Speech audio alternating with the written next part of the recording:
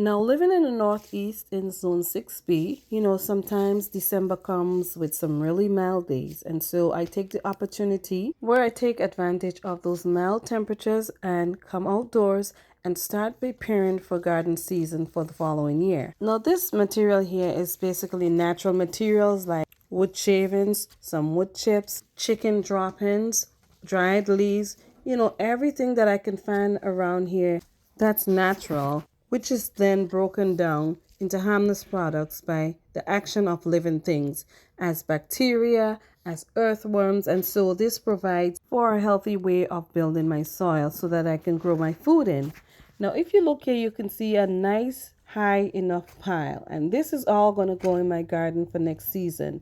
I started my deep litter bedding method for my chickens last fall in 2023, and after cleaning out the coop, I used this material right here to layer it using other materials that would provide the elements such as carbon and nitrogen, which is needed for this pile here to heat up, because I'm using the hot composting method here. And with the activities of the worm and the bacteria and all that action from the microorganisms, this is able to break down and become a great soil builder, a great natural and healthy soil builder, which is good for the environment, the insects, all the organisms living in the soil, because this is natural, it's chemical free. And being able to use this material here instead of putting it in a dump somewhere saves you money, because I don't have to go out to the store and purchase soil or such thing to use in my garden. Now, this method here comes with a bit of manual work and some strong girly muscles, but I get the job done every time. I understand the process that this takes, and this takes a while because right now it's the cooler weather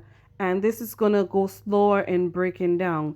And because it's not frozen at the moment, because it was frozen a couple weeks ago, it's been frozen for a bit, but now that it's so mild out and it's thawed quite a bit, I decided to come out here and turn that material in order for the worms to continue to break this down, because as you can see early in the video, I showed you the earthworms in there breaking this material down, and look at the color of it, look how rich it is.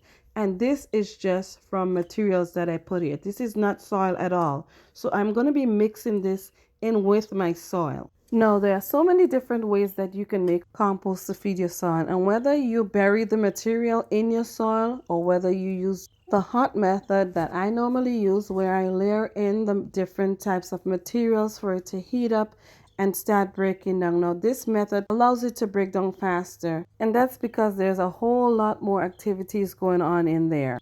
Now, during the cooler months, I allow this to break down on its own.